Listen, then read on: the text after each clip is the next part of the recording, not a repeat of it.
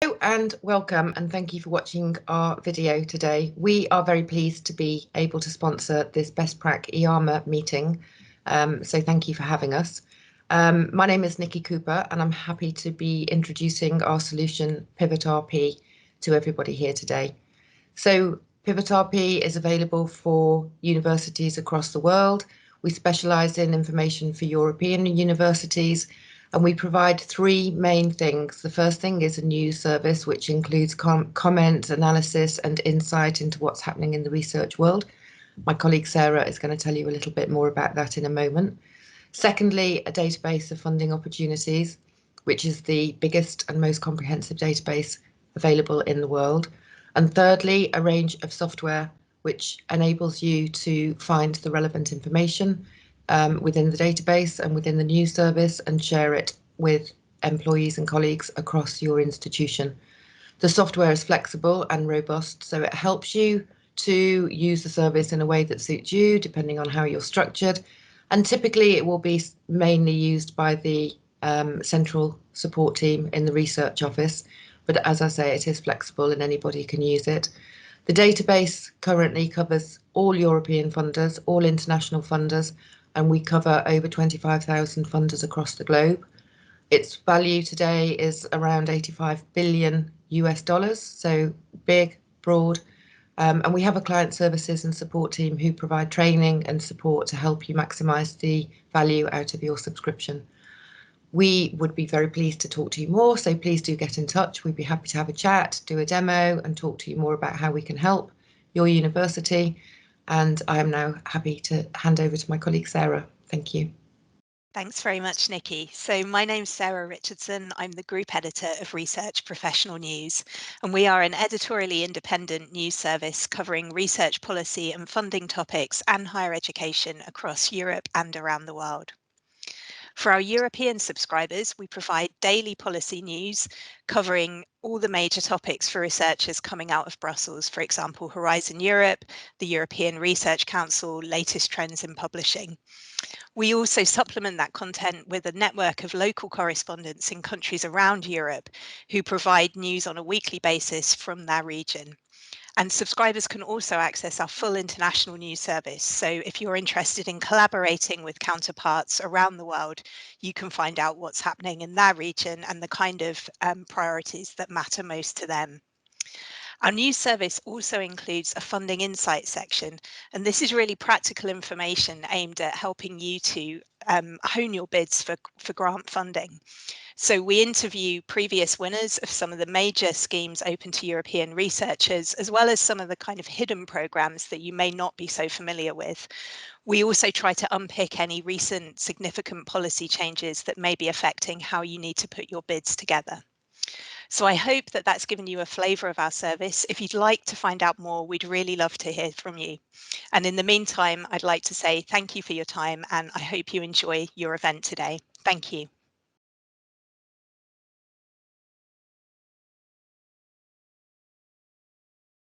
Hello, everyone, and welcome to the third BESTPRAC-EARMA virtual meeting. Please welcome. We are very happy and excited to have you all here, and we are very excited also to have this great agenda with a lot of research management issues just for you to discuss and learn, and also a lot of speakers and really great ones to share their best practices, also challenges and ideas. So my name is Cristina Oliveira. I'm part of the core group of BESTPRAC, and me, Valerian and Johanna, which I will give the floor next, will be your host today. So feel free to contact us and to let us know if you have any issue. We have more than 900 registrations for the event, and we are very excited about it.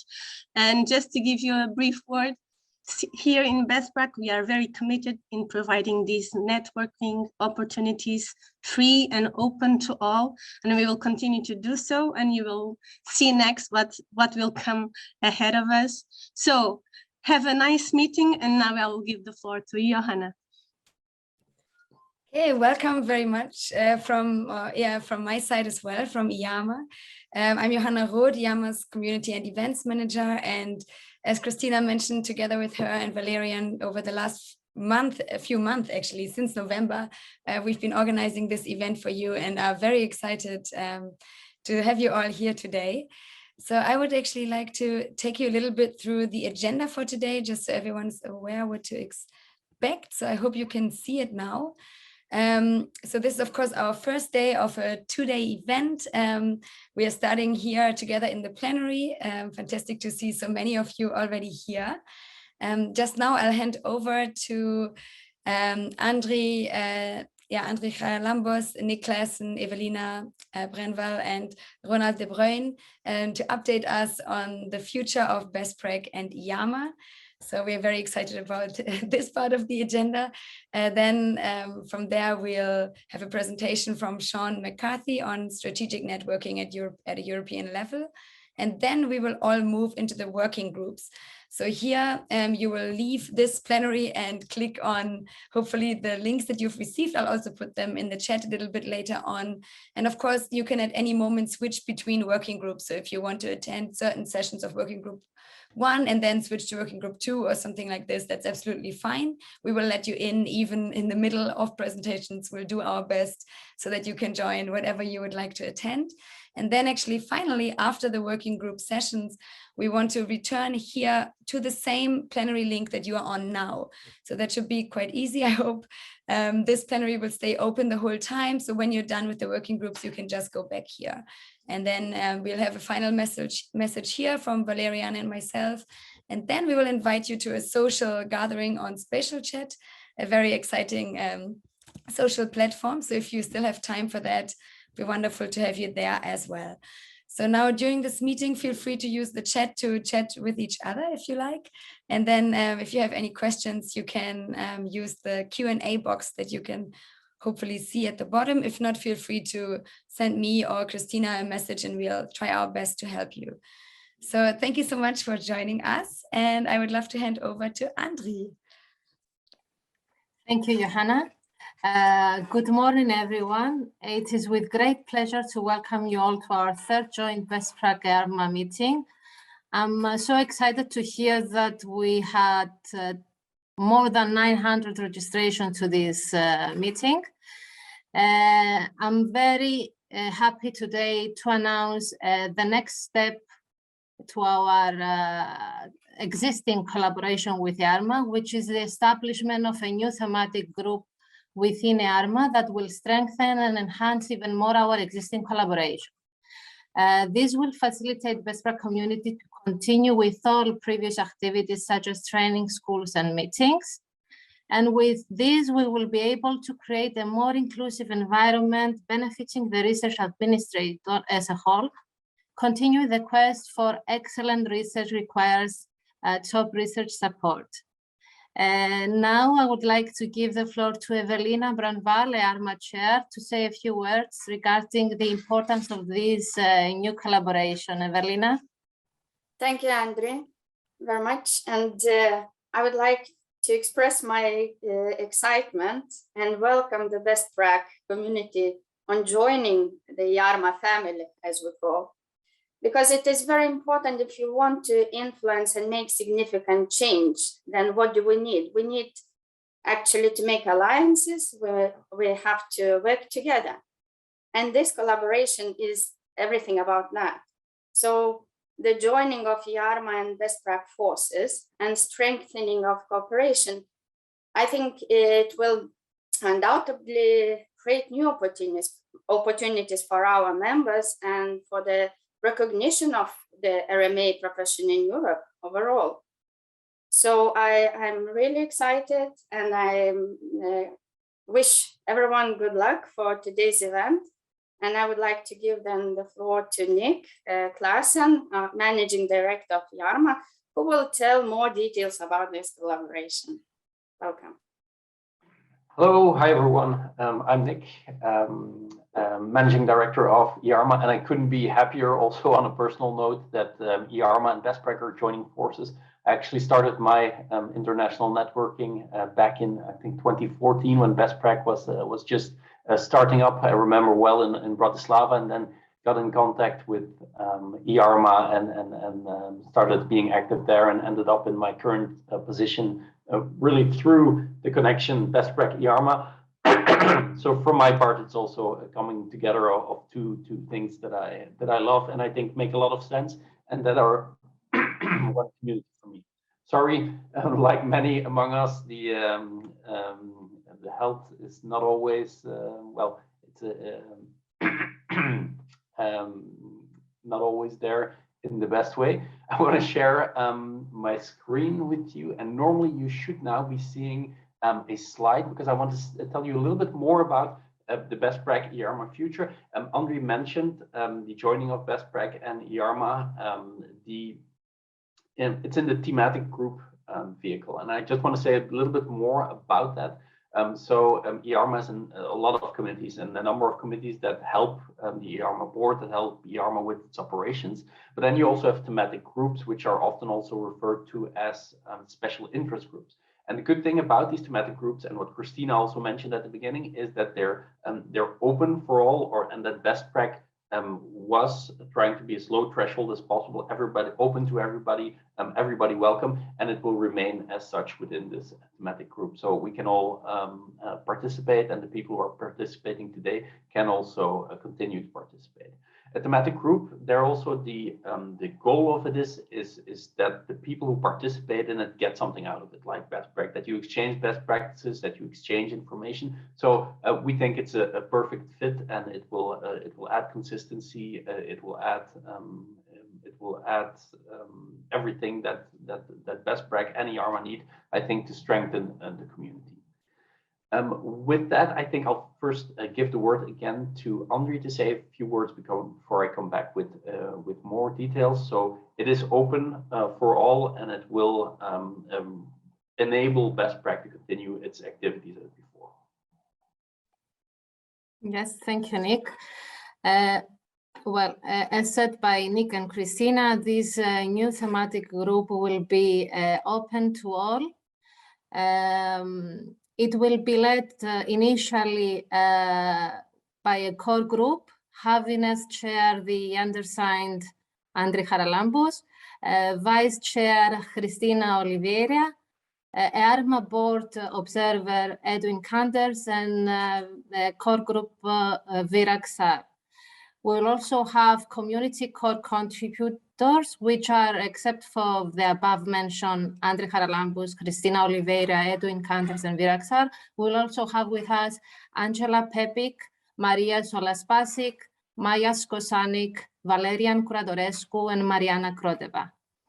BESTPRAC members will also be free to join our core group at a later stage, provided that they are also EARMA members. So Nick, would you like to continue with the rest information? Yes, super, thank you, Andre. And that's one of the things that Andre just said there. I just want to make it clear what the setup is for you guys and for people who want to participate in this. Obviously, we'll come with additional information and more detail, and it's also a transitional phase, which at the timeline we're starting now, it's becoming a thematic group now, but we will have a transitional phase until December, in which we try to make sure that everything is transferred and working in a good way. So as said, it's fully open, so there's no obligation for people engaging in BESTPRAC to become EARMA members, even though the two organizations are joining. And there, what Andre said, except for the core group, because obviously in our governance, the structure within EARMA, we also we need to make sure that there is accountability there, and that everything is also consistent with other groups that we have. We have a very active group on ethics and research integrity, which is also a thematic group. And we're thinking about groups around impact, project management, and such. So as said, there are groups that in their own right look at what makes sense for us, what do we want to discuss, what events do we want to set up, what other things do we want to do.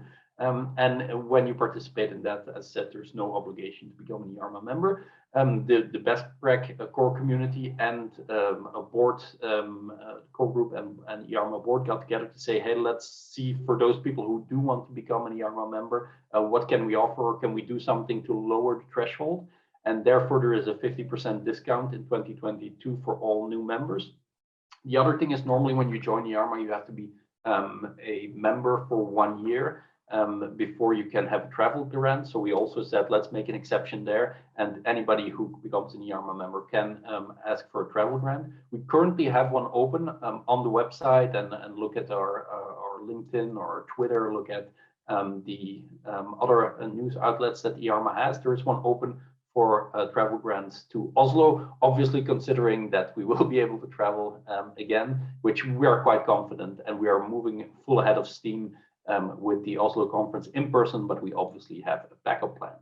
And then for the most important stuff, which is the content, what are we going to do? We're going to keep doing online events such as these. We're going to do in-person events when we can. We've got a few people from the BESTPRAC community ready to host. We've got our great partners and sponsors from Research Professional News, but also from Nature Research, who will make sure that we can do that in a low threshold way, meaning that we won't charge a fee, or it will be very low because of their sponsorship, and obviously because of the efforts of the local organizer. We're now trying to see how the situation pans out a little bit, and then in June we hope to have our first in-person event, and probably one in autumn. If not, then we continue with the online events, and I think we will continue with the online events in any case. The other thing that we will have is a community interaction space for BESTPRAC, where people can post documents, where they can post opinions, start threads, where they can see each other. This is part of the larger IT project, which IARMA has been working on for quite a while. So this means that we'll have a full revamp of our website, which is already up, but also a platform where you can engage, where you can rewatch events, and many more things will be possible there. So BESTPRAC will get its own space, its own home there, and obviously we'll need to transfer at some point the content which has been valuably created during the cost action and after, to make sure that that stays alive and that we work at that. And when we do all of that successfully, then we look at reestablishing some of the other things that were great about BESTPRAC, which is maybe restarting fellowships and training schools within the frame that we have. These travel grants are sort of the equivalent that IARMA has, and we have all sorts of trainings, and hopefully these training schools can come back also in a world where we will travel again, or digital. So that's the good thing about the new IT system. With that, I think I want to stop the slides for a moment and take you into first a big thank you for the Cost Association. And I think we have Ronald de Bruin with us, a cost director also at this moment. And I think it's really great that, obviously it's great that Cost funded BESTPRAC, but also I think it's an example of early Cost thought leadership, which Cost is, I think, doing very well and famous for. And I want to relate that to the momentum that we currently have. When we look at our association, IARMA, when we look at, we've got 900 people registered here today. There are many people who have the need for such events, the need for this community. IARMA is growing, BESTPRAC is growing, but there's much, much more going on. You'll see also at the national level that more and more associations are developing. We had the establishment of ARMA NL in the Netherlands, I think now some 2 years ago. Apologies to the colleagues from the Netherlands if it's 3 or just a bit under, but we've had Swarma, who was recently established. Even this month, Charma is being established in the Czech Republic. There's a lot of activity in the Portuguese network, a Cypriot network. I think it has been started, or formal association, or is being started. So there's a lot of movement in a lot of places, and not less so within the European Commission, where you might have noticed in the Wide Era work program, we had a call which was specifically for research managers, which is very interesting. And to my knowledge, the first time, at least in recent history, that has happened. But it's part of something larger. We have, there's a consultation going on science management. Obviously,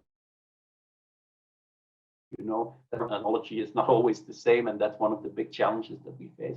But that's going on within the European Commission in the DG RTD, and there they're looking at sort of, are we going to fund things in the future like they did with the Wide Era program for the first time?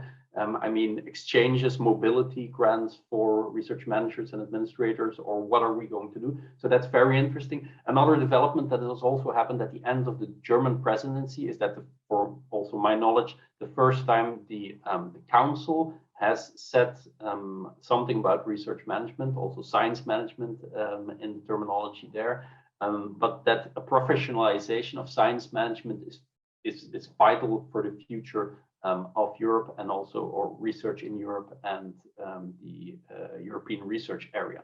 So a lot is happening. There's a lot of momentum within a world that is happening, and with that, I think this collaboration between BESTPRAC and IARMA is very timely.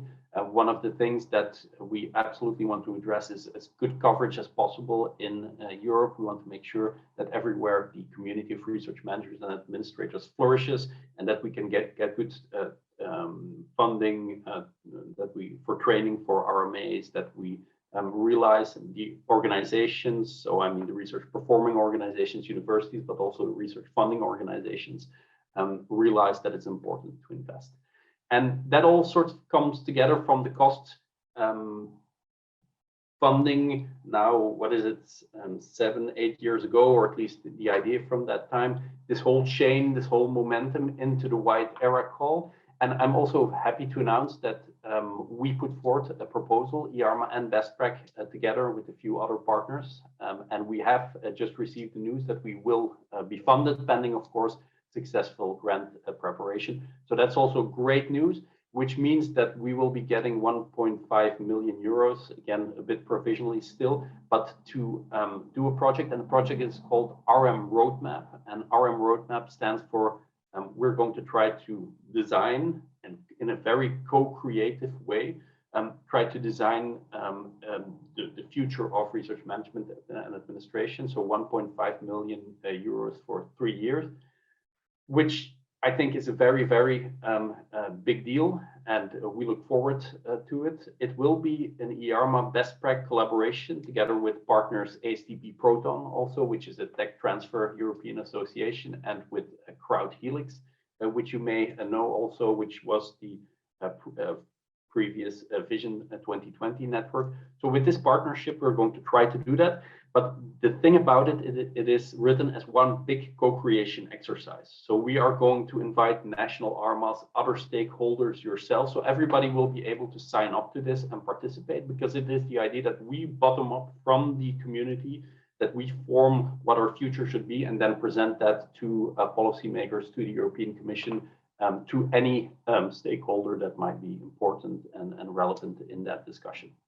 So really, really, really looking forward to that, to this collaboration, to the momentum we have as an association. So it's really, really, I think, the time to engage, to work with this project, to be active in BESTPRAC, IARMA, and if not that, in the national association, in your context towards the funding organization nationally, because in the end, a real game changer is going to come, I think, when all of the national ecosystems get aligned and are ready to invest in research management and administration, to, of course, make sure that we serve researchers in a better way, and that we do better research and have a better impact on society. So that's great that we have that to look forward to, and that we will get that ball rolling somewhere in the midst of this year, this crazy year, and hopefully then the pandemic will subside and we will be all ready to go even faster. With that, I started with the thought leadership by costs, and I'd like to invite Ronald to come in here. I want to thank him and the Cost Association for the thought leadership, for the funding, for all of the support leading up to this being so significant, I think, for our community, and ask him how he has perceived this process up to here, for one, but also how he sees the future for RMA from his perspective. Thank you, Nick, and good morning to you all. It is really good to see so many of you participating in this conference from all parts of Europe. I only had a quick look in the chat box to see that you're really coming from all parts of Europe, north, south, east, west, which proves very much that this community is alive and kicking.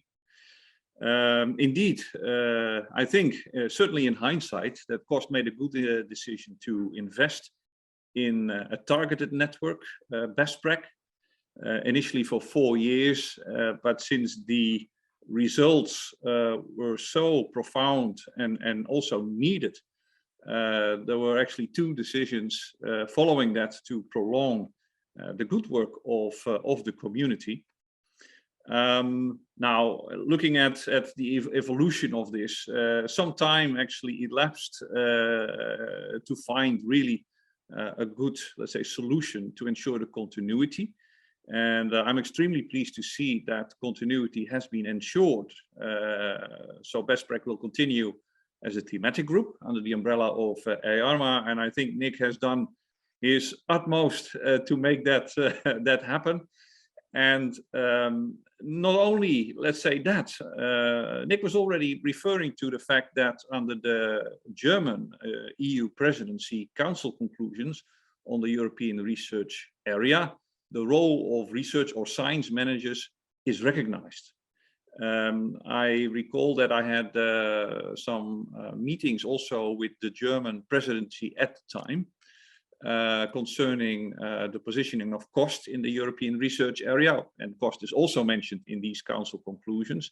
And they already mentioned to me that science managers are really key in contributing to a healthy and vibrant research community. And now there we have it. The Commission decided to follow not up but through by providing a call. And now I understand that you have successfully managed to secure funding to continue the important work of the community. So this journey, no matter how you look at it, so far has been a real success, and that can only be done by having a successful team that is working very hard to engage everyone in indeed a collaborative fashion that everybody benefits from the project. Now, it goes without saying, of course, that KOST fully supports and underlines the importance of quality research management and administration for Europe. KOST ourselves, at least for our KOST participants, under the umbrella of our KOST Academy, we provide training, mentoring, and workshops, also webinars, for research administrators who are involved as a grant holder for KOST grants. And our rules are in that sense a bit unique.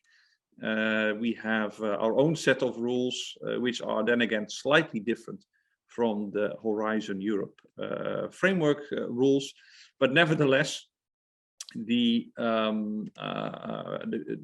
participants are really also on a learning curve, and it helps them to also get a feel for, let's say, acting in the role of a grant holder.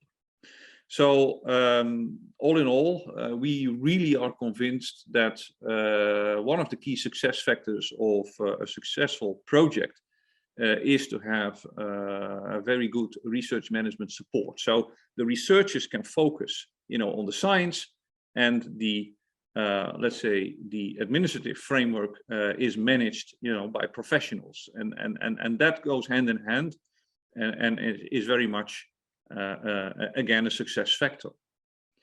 Now, looking a bit into the future, I think I can more or less extend this journey that I just described, because I think that the importance of research managers will only increase.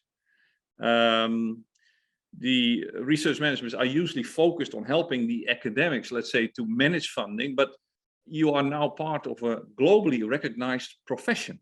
And I think that is a game changer. And it spans the entire research spectrum, of course. And I think we will see more of this expansion, in particular in the Western, let's say, part of our world. We've also seen that the role of research manager has evolved. And this in turn has attracted and will continue to attract, we believe, people with research level qualification and experience. So it becomes an attractive, recognized profession. So now and in the future, we think that research management will be expected to have the knowledge of not only conventional areas as project management, but also need to know about open science, for example, equality, diversity, ethics, public engagements, all those preconditions that need to be addressed in order to nurture a healthy and vibrant research community. So we feel that in the future, research managers and academics will work more closely together to achieve the maximum benefit of a happy and productive research environment. So, ladies and gentlemen, I remain here by wishing you a successful continuation of the journey. In the end, of course, it's not the destination, but the road traveled that is the target. So thank you again, Nick, for giving me the floor. And again, I'm very confident that you will have successful continuation of your journey. Thank you very much. Super. Super. Many thanks, Ronald. We have time, well, a little bit of time if anybody has a burning question. I don't see one in the Q&A except for the one that I answered by typing already. But if you have a burning question for Ronald, myself, Andre, or any of the others who've spoken, then the time is now. Although I see Christina's keen on moving on because the next item is up. Okay, thank you guys. I'll give the word to Christina. Thank you so much, Ronald, and all of the other speakers. And I hope you all have a lovely event. Well, thank you. Thank you, Andre, Nick, Evelyn, and Ronald for sharing us such fantastic news. So I think that also the practical questions will come once we get to our institutions and also spread the word about these new benefits or this new opportunity to join EARMA as well. So don't hesitate in contacting us after this meeting and after this presentation for your practical questions. So we will not go for the next session, and this time it will be about strategic networking at the EU level. For that, I will welcome Seán McCarthy. Seán McCarthy is an expert in design of training courses for researchers and also for research support staff. Since 1995, over 90,000 researchers and research support staff have attended his courses in 29 countries. So among the list of the top 100 research organizations in Horizon 2020, a list provided by the European Commission, Seán McCarthy has delivered training courses in 74 out of that 100. So Seán has a PhD in engineering from the University College Cork, Ireland. So Seán, I thank you again for joining us in another BESTPRAC-EARMA virtual meeting, and please, the floor is yours. Good morning, everybody, and thank you for inviting me to talk about this. And from your introduction, you can see I've been networking around Europe since 1980, I think before a lot of you were born. So what I'm talking about this morning is based on 40 years of doing it. Now, we're located in Ireland, in the southwest of Ireland. So if you have to travel anywhere in Europe, it's half your week at least gone. So when we were networking, we had to think long and hard. And if you're based in Cyprus or Estonia or Croatia, networking is time consuming. And I also want to talk about networking through Zoom and Teams, because that's the reality that we're looking at. Now, for those of you that didn't meet me before, this is actually one of the modules of the course that we give to newcomers to Horizon Europe. So if you're wondering, what do I do as a job? This is what we actually do. Now, what I'm going to talk about first is the need for networking and why partners are in Horizon Europe and where they are. So I'll just do some general things, but the key point I want to look at is something called the critical 5 seconds. Now, a lot of you are dealing with legal and financial issues, and you can say that's not part of your job. But the secret of being a good advisor is knowing the right questions to ask. And I think this is how we explain to newcomers the concept of networking. So I hope you'll enjoy section 2, because that will set a kind of a model of how to network. Then you must distinguish between networking for what are called bottom-up programs, where the scientist is free to submit anything they like and it's science-driven, compared to networking in Pillar 2, which is designed to address global challenges and involves a lot of multidisciplinary skills. So it's not the same kind of networking. So if you're advising scientists, you need to give different advice for these. Now, I didn't want to put into context, as everybody here is in a research support office, how does this fit into your job? And I want to give you a template and show it. So that's what you'll bring home. And then I want to finish with how it works in practice. So when we organize a workshop for newcomers, they have to prepare a networking plan. I want to give you an outline of that. So I hope you get some very practical tips from it, and you're getting the handout. So sit back and relax, and you can see what's there. Now let's look at the whole concept of the need for partners in Horizon Europe. Now, if we look at Horizon Europe, success in Horizon Europe is about winning individual projects. It's a bit like the Olympics. You don't say that Estonia gets so many projects and Ireland and France get so many projects. No, the strategy for organizations that are very successful, it's all about the individual proposal. So when the Commission analyzed the organizations that are very successful, or even the individuals, they found a kind of a trend. And in Norway, there was a research project done on analyzing who won Marie Curie projects, and they came up with the same conclusion. No surprise here. The people with the best science have the best chance. But have a look at the next two. The people with the best ideas and the people that can bring together the best consortia have an excellent chance. So in other words, it's based on science, but it's also based on ideas and networks. But the people that are successful also have another skill that they don't talk much about. It's about the process of converting an excellent idea into a competitive proposal. Now that's not something that's natural. That's something that has to be learned. And that's what we specialize in our courses and so on. But the Commission also found that organizations that help their scientists with the financial rules, the legal, the data management, and so on, had a big success. So in other words, the scientist wasn't wasting time learning all the financial rules. They had some help. So there's the formula.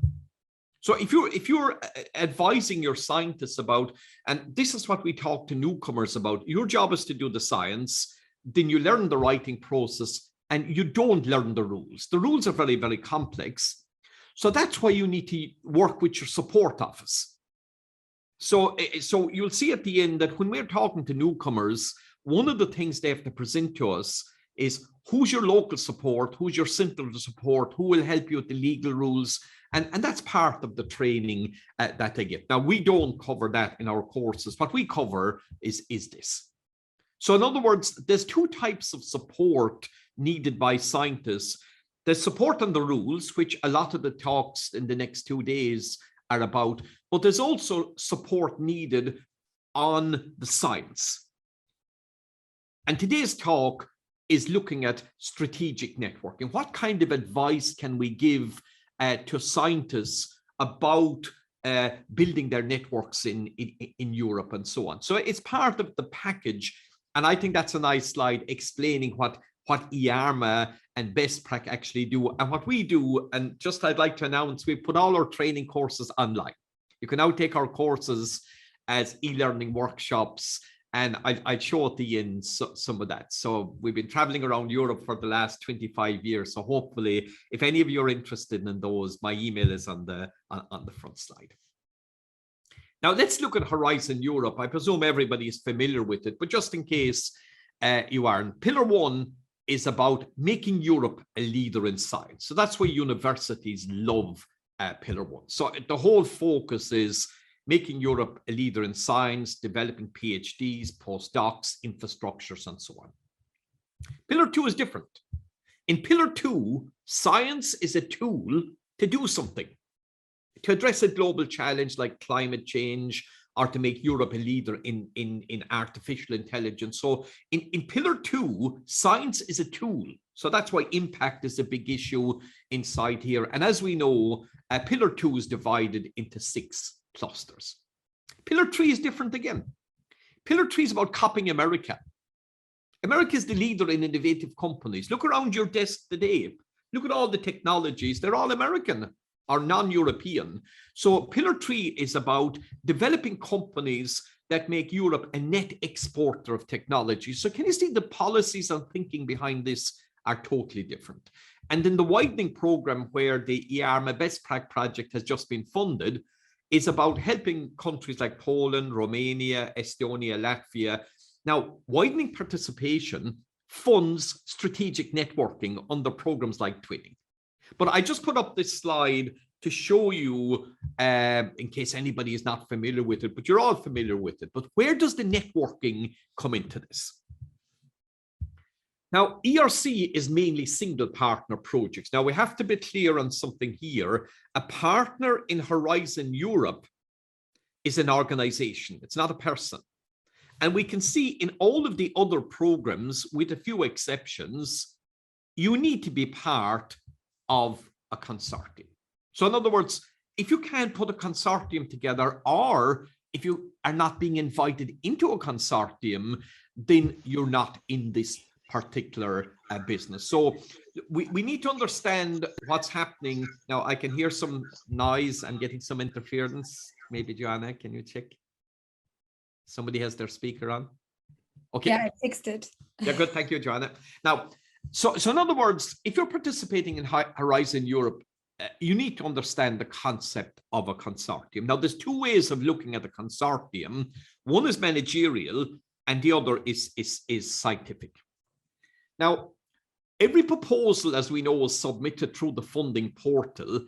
And in a consortium, say, of 10 organizations, one of the organizations is the coordinator. Now, I've coordinated 16 framework projects, so I probably wrote 30 proposals as coordinator. I loved it. It was so much fun. It was really, so some people love this work, but as a coordinator, I probably did 80% of the work. But as I got older, we divided the science and the proposal writing. So the scientist wrote the science and the proposal manager brought the proposal together. And then as we got more experienced, we said, we need people, we need to work with our support office, with our NCP. So being a coordinator is a big job. If you're a work package leader, it's not so different. You have to do a little bit of work, but not as much as the coordinator.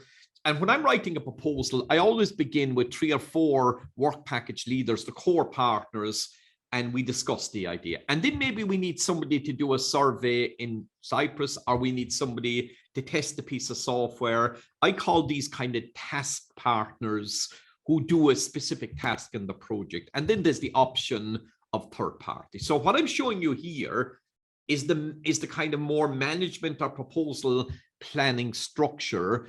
And we can see there in the EARMA BESTPRAC project, the partners that were mentioned and so on. So that's one way that people look at a consortium. But there's another way of looking at a consortium. Now, what I'm giving you here as an advisor is when the scientist is explaining their project to you, these are the kind of diagrams that they actually use. Now, in Pillar 2, there's a question. Describe how expertise and methods from different disciplines will be brought together. Now, what I look for as an evaluator is something called a skills matrix. So when I'm coordinator, I'm sitting in my office in Cork, and I'm saying we're doing an augmented reality system, say, for medical applications. So we need a partner on game engines. We need a partner on the databases, the algorithms. Because it's medical, maybe we need a partner on ethics. We need somebody to bring the whole system together. And we need partners where we can test the system. And then I take up my biro, my pen, and I start writing. Now, who will I get for the application? Who will I invite in for the integration? So can you see what I'm doing? I'm thinking about partners. This is the critical 5 seconds. This is the moment that if I'm looking for a game engine expert and you're a researcher is the expert in the world on it, If I don't know them, I mightn't select them. So in other words, when a coordinator is bringing partners together, this is how we start with those two diagrams. And that I want to introduce this whole concept of how coordinators select partners. And I think for you as an advisor, if you're giving a workshop to your scientists, this is how to get their attention. Now, most scientists see the call for proposals and they get excited, and we have 4 months to submit the proposal. But the work programs and the drafts are available 9 months beforehand. Now, if I'm a coordinator, I start the moment the drafts come out. I have an idea, I look at the work program, we analyze the impact. Now I'll use pillar 2 as an example here. We analyze the background to the topic, and then I think my idea is good. Now the critical 5 seconds kicks in. I need an expert on game engines, and I'm sitting here with my piece of paper. Now, if you don't come across my radar in that 5 seconds, you haven't been networking. Our whole networking strategy, when I spoke at a conference, when I joined the network, it was all about that 5 seconds. I knew the people that would be had the ideas, and if I didn't appear in their radar in that 5 seconds, all my work had been wasted.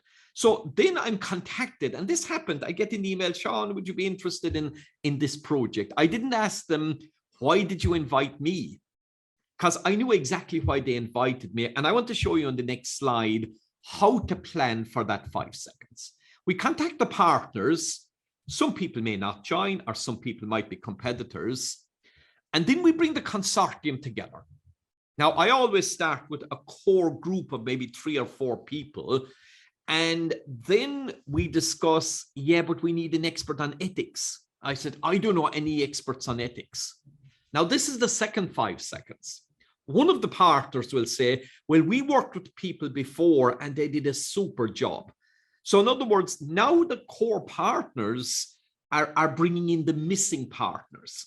And then the whole process starts planning, writing the proposal, writing the work packages, and so on. So can you see the importance of those 2 points in the process? Now, it sounds simple, but we spent weeks and months planning this with my director about how we would be recognized as a potential partner. Now, I think this is the most important slide in the whole presentation, because it's reality. Okay, I'm sitting at my desk and I need an expert on game engines, or I need an expert on photovoltaics or wind energy or something. What do I look for? I look for 3 things. The first thing is your scientific reputation. Now, I'm not going to Google. I'm not going on LinkedIn. I'm going to see somebody who spoke at a conference. I'm going to read and say, I read an excellent article by this person from Latvia on game engines or whatever. Or I want to see who coordinated a previous projects. Now, this is one of the secrets of coordinators. When you're a coordinator, you get invited into lots of new projects. They never tell you that. And I say it's one of the reasons why we always fought to be coordinator. Now, I want to say something that my professor said to me way back in the 1980s, that you are welcome to share with your scientists. And this is what he said to me. Speaking at a European conference is part of proposal writing. And every time I met him, I had to have a list of what conferences I was speaking at or exhibiting at over the next number of years. So when you speak at a conference, you're promoting yourself to potential partners. So I think for young researchers, if they don't have a plan for presenting, and now with Zoom and Teams and so on, it's even getting easier and taking up less time. So my first list of partners, say, would be 4 or 5 people that I could bring in. The next criteria, are they good in projects? Now, we know a lot of scientists that are horrible partners. They don't do the work, they don't deliver it, they present the wrong stuff and so on. So when you're in a proposal, you're trying to impress the partners for this proposal, but also for future proposals. How many of you have met scientists who said, we were in a proposal, it wasn't funded, but we were invited into another proposal by the coordinator because we did such a good job in the proposal. When you're in a project, you're always thinking about the next project. And I think these are the kind of messages that scientists have to be told. So if you have to write 5 pages for the proposal, it will be the best 5 pages the coordinator will get. And that's why we always analyze previous projects to see who are the coordinators. And sometimes we'll check, you know, what kind of a partner was this person in previous projects. So they're the first 2 criteria that we look for. But the third one is a dream criteria. Are they bringing ideas to the table? Now, sometimes you'll invite somebody into a proposal and they'll say to you, tell me what you want me to write and I'll write it. My heart drops. But when I'm doing a project and I invite somebody in with, say, game engine technology or whatever, and they say, we're working on a new idea of you know, 3D Oculus Rift or whatever. Wow. So they're bringing ideas to the table. Now, to me, that is my dream partner. So when I'm talking to scientists, I'm saying, if you're promoting yourself at European level, this is what you have to promote yourself as. Now, what is the problem? The problem is for newcomers in particular, and even for a newcomer could be an old professor that's new, but for young people in particular, the European brand. So if you're in Lithuania or Ireland or parts of Germany or whatever, you are probably the expert. Your scientist is the expert in their area. Now, when I was doing research in Ireland, it was photovoltaic systems, solar systems. And in Ireland, we were known as the experts on photovoltaic systems. And my business card even said, manager of photovoltaic systems research group. The first conference I went to in Europe, there were 1,200 photovoltaics experts at the conference. So I could barely give my card because they said, well, that's half the audience here today. The next conference I went to, we said, we're experts on computer modeling of components for the sizing of standalone photovoltaic systems. And people are saying, wow, we could work with you. There was no point in me saying we're experts on inverters, because I knew that the Fraunhofer in Germany had 30 people working on that. So we analyzed the system to see what were we doing that was unique because of some facility we had, or it could even be our location, or it could be on some data that we had. So this is one of the things we have to ask your scientists, what is unique at European level about what you're doing in the system? The next problem that newcomers have is visibility. And this is where networks like EARMA and BESTPRAC, the cost actions, conferences, and so on. So you must be visible. The next thing is, if you see a project that's already funded, you follow the project, you comment on the reports, and now through Zoom or Teams, you can invite the coordinator as a guest speaker at your event. And you get to know the speaker and so on. And they're going to ask you, and what do you do? And then you refer to what you said in the previous on the brand. Visiting laboratories. I remember we had a project and we had a partner from Mozambique.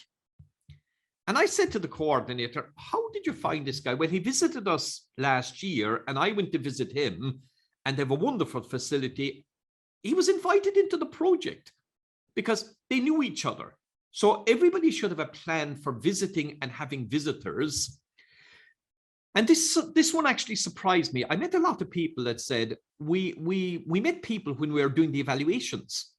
So being part of an evaluation panel, you're meeting people in your own particular field. Now, in the courses, we give people the websites for all of these, and their job is to find those. And then people ask me about public events like Info Days, database. I find these are useful for the missing partners. If you're looking for, but for the core partners, it is always people that we've known and seen before. So I think there's a challenge for newcomers. So you'll see later on when we're presenting, asking the newcomer to make a presentation of their plan, we are seeing, are they thinking about all of these things? Now let's look at Marie Curie. Now Marie Curie is bottom up. You're free to submit anything you like. And I'm glad Roland was on this, Ronald was on this morning from COST, because I think COST is a breeding ground for Marie Curie networks. It's a super organization. It celebrated its 50th anniversary last week. It was set up in 1971. And I think as an advisor, you should be giving workshops on COST, explaining what it is. I think it's the starting point for every young researcher. And a lot of young researchers have never heard of it. So one of the things I get the newcomers to do is identify the COST network that's relevant to you. The next thing we do is we ask the newcomers to find out which network is your university in. Lero, Coimbra, Cesar, and so on. And now with the European University Initiatives, there are 41 networks. Now, a lot of young scientists are not aware of these. And the networks are naturally there. And then there's another set of networks that newcomers are not aware of. And to me, one of the best ones of all is EARTO. It represents over 100 of the top research centers in Europe. EUREC is an example for renewable, EASSH. And we made a website, and I put one website on here. There's about 200 networks here. And now we know about these, and of course, EARMA is in there. And we get the scientists to find out what network brings together all of those people. So in Marie Curie kind of networks or bottom-up programs, you're trying to find people in other universities and research centers and so on. Now, Pillar 2 is different. Pillar 2 is called top-down. And in Pillar 2, we see that Pillar 2, the Commission published the work programs for 2021-2022. It's divided into 6 clusters, and it took 2 years to design that work program. A new set of work programs will be published in 2023, and the preparation of those started in January 2021. And another work program will be published in 2025. So where are we today? We're here. How many of you are scientists are contributing to the work programs in the next work programs that are going to be published? That is critical. Now, the secret is your national contact points. I got three emails asking, did I want to make a contribution? They all came from the national contact points. So these debates are going on, and you need to be able to explain to the scientists the way that Pillar 2 proposals are prepared. So if we look at Pillar 2 topics, the work program is published, and a lot of scientists, the first thing they hear is that the call is published. But the work program, it takes about 9 months to prepare a work program. And before the work program, there are policy debates like Cluster 1 health policy, Cluster 2 social science policies, and so on. So can you see the life cycle, the way that the topics are identified? Now, at this point here, the Commission consults expert groups. Now, these are some examples. The missions, there are over 40 technology platforms, 49 partnerships, 6 innovation partnerships. And what we get the scientists to do is to analyze all of those to identify what expert groups is the Commission consulting when they're designing the work programs. Now, I call it participating in the decision-making process. Now, this is the real strategic networking. Now, for newcomers, you need to monitor what's happening. For the more experienced people, they want to be part of this. So can you see that for Pillar 2, there's a different type of networking, because in Pillar 2, the proposals are submitted at topic level, and it's a totally different approach. Now, I'll give you an example. Suppose somebody came to me and said, we're doing research on materials. They'd go through all of this, and this is what they found. They came back to me and said, well, we're doing materials research, and we found a key enabling technology expert group called Materials and Nanotechnology. Now, we give them the websites where to find all of these things. We found 2 strategic value chains, and we found 4 technology platforms who had joined together. And I said, go into those networks and see who are the people. And when they went in, they said, it's actually the same people in all of them. And they're the top centers. So if you're looking for partners, or if you're looking for ideas, this is where you are. Now, it's not favoritism. It's how the whole process works. And if you analyze the top people that are winning projects, they're participating in these. It's a very, very open system. But if you don't know the system, then it could be sitting in front of you and you wouldn't see it. Now, if I gave a lecture on that, they wouldn't believe me. But when they have to do the searching themselves, they actually find that. Now, how does this fit in to your job as a research support office? Now, let's go back to the first slide I showed this morning. We saw that in any research program, there's two parts to every program. There's the rules and there's the research. And the first kind of support that people need is, I call it level 1. It's the most important. And the rest of the speakers today and tomorrow are going to be looking at all these financial rules. It's absolutely critical because the scientists don't have the time or interest in learning those things. There's another type of support mainly for newcomers, identifying opportunities, understanding what impact means, and lots of universities offer this. Now, I visit over 300 universities and research centers, and in some of the smaller universities, they just have the level 1 support. Others have level 2. But when I go to the more, what I would call competitive or high success rates, here they have templates, guidelines, and sample proposals. You know, they're giving them templates for budgets, templates for ethics, gender, and so on. But when I go to the top 74 of the top 100, they do all of this, but they also do something else. They plan well in advance. Strategic networking, they analyze the evaluation process in minute detail. They collect a lot of information before they write the proposals and they screen ideas. Now, that is what I do every day, level 4. So that is kind of a structural way of how they're organized. But I want to give you something practical to take home. And when you're talking to scientists explaining what you do, you're welcome to use a diagram like this, but I find a better way of describing it is like this. So if I'm talking to the scientists, I can say, look, the call comes out and you have 4 months to submit the proposal. The draft work program comes out 9 months before, and the policy behind, say, Pillar 2 comes out even 12 months before. Now, if you arrive in my office on the week of the deadline, we'll check the budgets. We might even do a spelling check or something like this. So if they arrive, I call these lastminute.com people.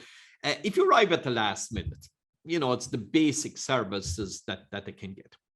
If they contact you 2 months before the deadline and they're coordinators, you can help them to go through the forums. But if they contact you when the call comes out, you can give them extra help, the SAMP, the templates, the guidelines.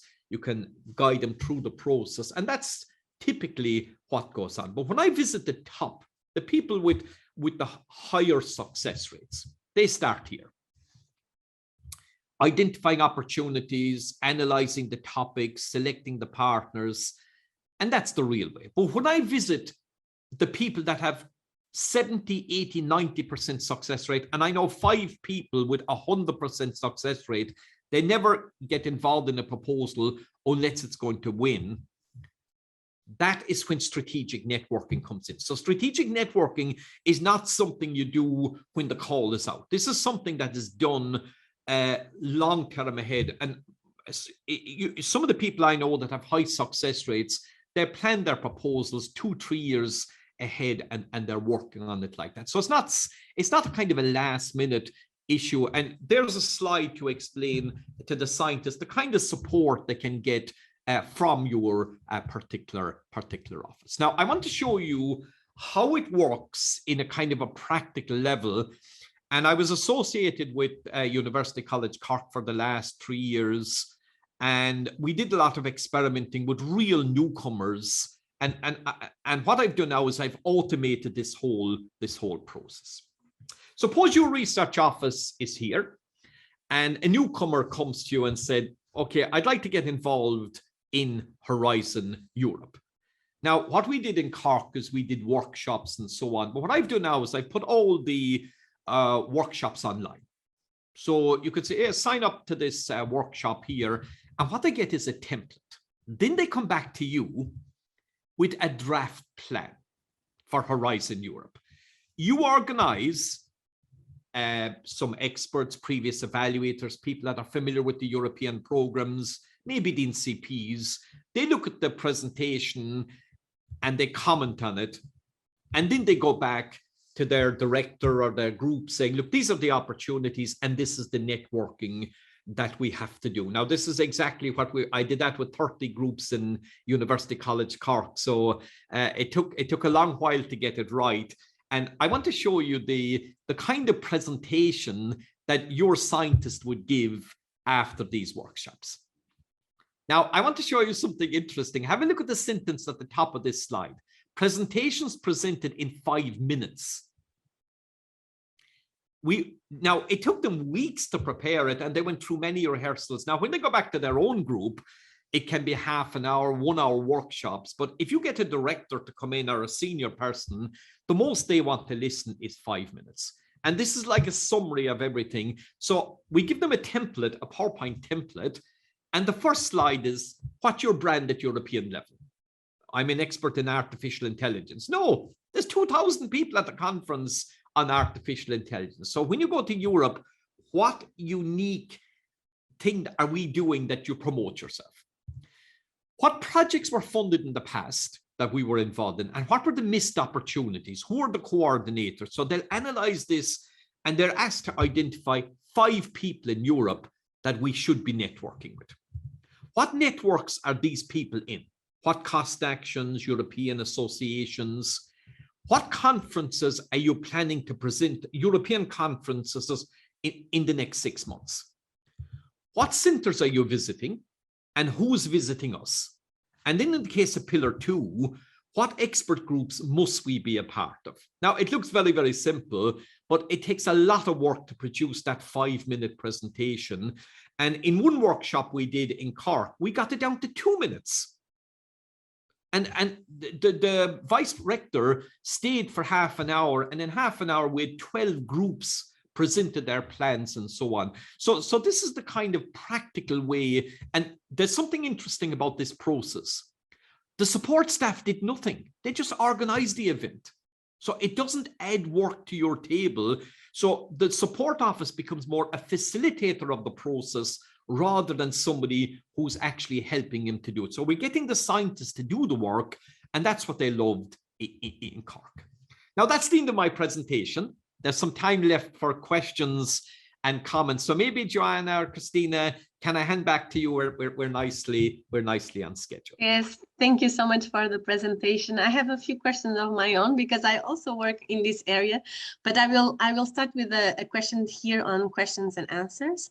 Yeah. And Liana is saying, could Seán please comment if members of the EU expert groups are allowed to apply to Pillar 2 projects? Or are there restrictions for participation, for example, for members or their organizations? I missed the first part. Could you repeat it again? Sorry. Is it so if members of EU expert groups are allowed to apply for Pillar 2 projects, or if there is any kind of restriction? Nope, not at all, not at all. If you're a member of an expert group, you are in an advisory role. And the exact same research center can be a partner in a project. That's why they do it. There's no, and you're not doing anything illegal or breaking. In one part, they're asking you for your advice. And it's why Brussels, if you go to Brussels, there's something like 15,000 organizations around the Commission. So it's wide open. Now, one of the things, I've sat on many of these expert groups in renewable energy. And what I found is that the advice and debate we would be having today, it could be 4 years' time before that appears. So I go and I put advice and it's in the next call. And the people that give the advice are not normally the people that do the proposals. But if you take big centers like the big research centers, they would have a dedicated team to be on the expert groups. And then when the people are putting in their proposals, they would be acting as internal reviewers to see, does it fit in? So there isn't a kind of direct link between giving advice and the next proposal. There's a rule in Brussels, it takes 5 years to make a decision. So it isn't a kind of a direct, so it's strategic planning. But for me, the biggest advantage of being on the next group, you understood the concept of impact. That was the real big plus we found. So when they were asking a question about the impact and the outcomes, it was crystal clear. Whereas the person picking up the work program and seeing it for the first time, they were saying, what the hell is this all about? So it's part of the democratic decision-making process, you know. Of course. Okay, now we have another question. I think it's from Ana Tavares, but it's here. So as a public research organization, we have good academic networks, but we struggle to expand our industry network and to get into consortiums to provide socioeconomic and humanities expertise in innovation projects. Do you have any specific idea how to build up more visibility in this area as an academic institutions? Yes. So for industry now. Industry. Now that's a different type of networking. So you must understand, what have academics got that companies want, right? Now, I did this a lot when I was in my work. And if it's the latest technology, they know that, the companies know that. There's a magic word. If I want to get the attention of a director of a company, the one word I use is trends. Now, scientists are always looking at 5-10 years down the road. Every director of every company wants to know, what's the biggest trend? What is Industry 4.0? What is climate change? How's that going to affect? So when I'm talking to companies, I'm speaking at their conference about the trends, the challenges, and the researchers that is going on. And suddenly they said, we need to talk to you. So you must learn the mindset of the companies and how companies think. And companies are always thinking maybe 3 to 5 years ahead at what's going to affect them, what are the risks, and so on. If you go with the latest development you have, it's all about relevance. So what you need to understand is, what are the companies, what are their biggest concerns? And what we used to do, we used to analyze what are their immediate urgent problems and what are their future urgent problems. And a lot of companies are really only thinking 3 years ahead. And even big multinationals might be thinking 5 years ahead, whereas a scientist and policy is looking 10 to 15 years ahead. So that's the hook, you know, and then they can say, okay, we want to do research on this. So again, that's how we used to be invited to talk at the industry conference, talking about the trends and the future and so on. And then once we had them, they can look at specific projects and so on. So there's a whole art of networking with companies. I didn't include it today, but that is, it's the same process, but it's looking at what are the hooks that will get you. We have to target the communication and also understand what they are about. And there is also another question that I think is very relevant also for many of us working on pre-award offices. And this is it. What would you advise to small universities with a very small research support office in terms of the 4 different levels of support? Still trying to cover all of them, or just to focus on 1 or 2? And what is your advice on that? I think, remember the very first slide I had is that Success in Horizon Europe is about supporting individual proposals. If you try to offer this service to everybody, you go crazy. So we offer level 1 to everybody. You want to learn the rules, level 2. But what I found with level 4, and we found this in Cork, we might start with 10 scientists, but we'd end up with 2. But those are the 2 that got level 4 support. It's a bit like training, you know, some people will be fit, some people will just want to participate. But when you come to the elite sports people, they want the high level. So that's one of the things. So you don't give level 4 to a newcomer. This is for the people that are willing to do the work. So what we found working with researchers, if they're not enthusiastic and willing to put in the hours, then you don't give them level 4 support. But so if you have a small office, we divided the researchers into elite, potential winners, newcomers, and beginners. And potential winners got kind of general training, but the elite, the people that had great potential, they got the full recipe. So you could divide the 4 services like that, and it's not everybody gets level 4, you know. So if you have a small office, you have to be very critical on who's coming to your office. I've trained people and they never used any of it. So now what we have is, even on the e-learning stuff, they take a module and half of them will drop out. Then others, and I'm watching them and I can see the 1 or 2 that deserves the full support. So I think it's like a triage in a hospital, you know. People that Natural. Attention, you know. Maybe we should have a triage system in research offices, you know. Okay, so that's a good idea. There's a simple one that can UN organizations be consortium partners? Yes, they're classified as an international partner. So if the WHO is in Geneva, it's not a Swiss partner. It has its own legal thing called an international. So the answer is yes. And also about the dimension of these expert groups, is there any normal size of the number of the participants that are part of these? No, the expert groups, normally they're quite open. Some of them, anytime I was ever, here's a little tip. Anytime I was ever put on an expert group in Brussels, it was always by the Irish NCP, the national contact point. So I was always working with my national contact points, and if they sent me a report, I was first back with the comments. If there was a conference, I always spoke. And they're constantly asked, look, we're looking for an expert group on renewable energy or something. Oh yeah, there's a guy in Cork.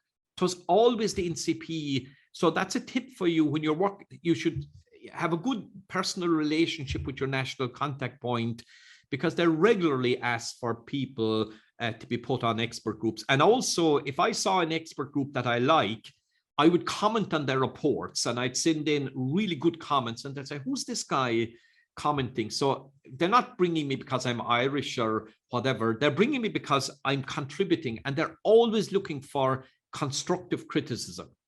But one thing they hate, people complaining about Brussels bureaucracy. Oh, they hate these people because everybody complains about, but if you're going there with constructive criticism and you're bringing real input into the debate, they love you, because remember, the commission has only a small staff. And they produce these 2,000 pages of work programs. So they want people that make genuine contributions. So there's a whole art to that. But if you're doing good work, there's an open door for you in these expert groups. But don't forget the NCPs. I think they have a big role in that. Lovely questions. Yeah, keep them coming. We have still a question from Edwin, and he says, from your experience being present in Brussels as a liaison or a lobbyist, or strategically position the researchers at the right expert groups, what would work better?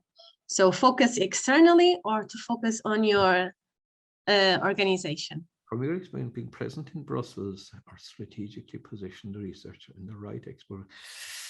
Yeah, I think some organizations have offices in Brussels, and it's like a scout who's keeping an eye on what's happening there. They really do a good job, but they're not the experts. If you look at the people that have offices in Brussels, like different universities, they're looking out for groups where somebody from their university could be put on it.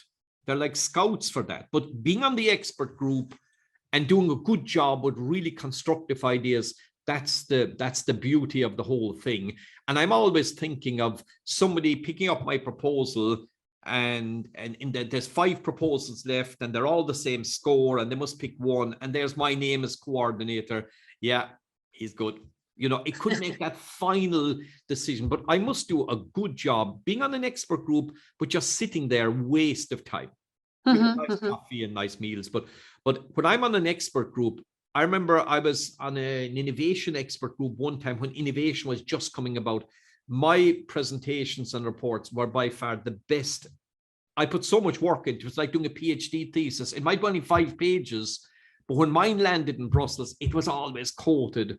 And I was sitting there. Everybody else was just turning up. They were from, you know, public bodies or whatever.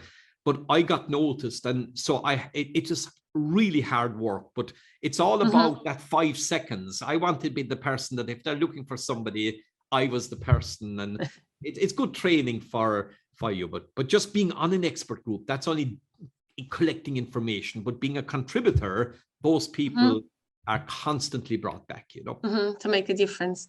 Okay, so I think we will have a last question, and I will select this one because the others, I think we will debate them during the working groups. And this is, what do you suggest to researchers at university who work on subjects that do not fit the EU strategies or priorities? Should they be only trying on bottom-up projects like ERC or Marie Curie, or do they have a chance on Pillar 2, for example? Yeah, that's a nice question. I think the example he gives there, history of food during the Italian Renaissance, that's definitely ERC Marie Curie material. Maybe in cluster 2, from the if you look at cluster 2 of pillar 2, there's a whole area of tourism and the creative, you know, regional specializations and so on. So if I was going to Italy and I could eat food from the Italian Renaissance, that would attract me to a city. So like, how can you add it to the tour? It could fit in, that could actually fit into cluster 2, pillar 2. And it could do with the cultural identity of a region and so on. So for that particular example, it does take a little bit more digging, but humanities, I'm an engineer. I can design lots of electronic devices. They're so ugly. They work perfectly. I need a humanities person. The best example is Apple. Apple made it not because of their technology. Everybody had that. They made it because of Jonathan Ives. He was their artistic designer. So if you look at Brown, all these companies, the technologies are everywhere. It's the creative part. So I think people in the food industry, for example, the one you used, bringing you, the big word is experience. So if you buy a food in Florence, it's food. But if you can add the experience of the history of it, it tastes better, you know. So I would look in that particular example, cluster 2, pillar 2. But I think for humanities, there is a very good website, Net4 Society, NET4 Society. They've analyzed all of the pillar 2 work programs to see what are the opportunities for humanities and social science in the technology areas and so on. Sometimes it's also about bringing awareness of these opportunities to researchers as well that are so focused on their area, right? So thank you, Seán. Thank you. And I think now it's back to Johanna. Okay. Yes, so from me also a very big thank you to you, Seán. We are very excited to have you join us here today. And now it's our time for our first break. So all of you, I would like to invite you to grab a coffee, take a break, do whatever you need to do before you join the working groups. I've just reshared all the links that you should have also received. So please feel free to choose your working group and click on the link of your choice. And we will then meet again at 11:30 here in this exact plenary. So you can just come back here. It will stay open the whole time if you want to come back earlier. Yeah, so the break starts now. In 7 minutes, we will accept you all into the working group rooms. So thanks already for this morning and see you in the working groups. Research Professional has spent more than 20 years creating the most comprehensive database of research policy news and funding opportunities. From EU programs to small private foundations, Research Professional helps you locate the best funding opportunities to fund your research. Our database contains over 20,000 calls worldwide, and results are pre-filtered, so you will only see opportunities that your institution is eligible to apply for. But time is valuable, and Research Professional helps your research office be more efficient by allowing you to share information effortlessly. With email alerts, links to calendars and newsletters, we can help you get the right information to the right people at the right time. Our dedicated news section is the only media outlet where you can find research-specific policy updates reported live by our research journalists. Our news team provides regional, national, and international coverage of government departments and funding agencies. Discover more about Research Professional by visiting our website at exlibrisgroup.com/discover-RP. Thank you very much for all the participants today. All of you were great. For the speakers, and the agenda was great. We are grateful for the number of participants for each working group. Around 260 for working group 1, around 230 for working group 2, and around 80 for working group 3. It was a successful event, so now I give the floor to Joanna. Joanna, the floor is yours, please. Okay. Thank you very much, Valerian. And thank you for everyone who contributed to our plenary sessions this morning and also to our working groups. So actually, I would love to share my screen to show you a Mentimeter slide for a second, just to hear one word from each of you, how today our first day of this meeting was for you. So I will share my screen. I hope that you can see it. And you should see the Mentimeter code there as well at the top. So I will make sure to also share it on the chat. Yeah, so just feel free to give us that one word. That would be super interesting for us to hear.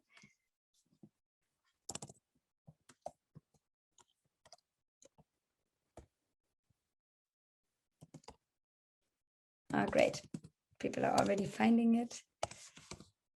So thank you also for your patience with the working groups running a little bit over. We had so many interesting conversations that it was really difficult to stop. All right.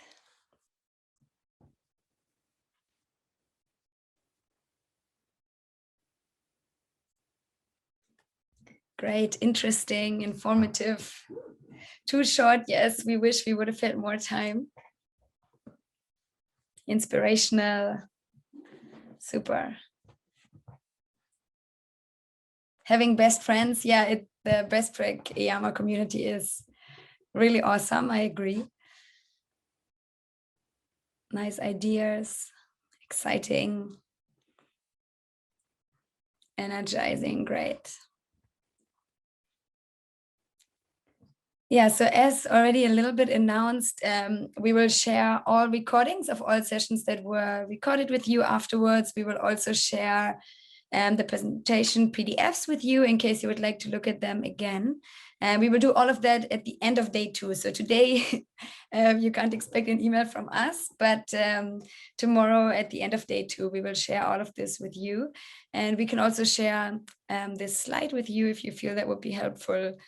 And today, actually, we are excited to now invite you to come in the next few minutes to Spatial Chat. I will share the link here again in a moment when I stop sharing the Mentimeter here. Maybe you know the platform. If not, I will give a brief introduction when you join. It's a very interesting platform to socialize, to network in a fun way online.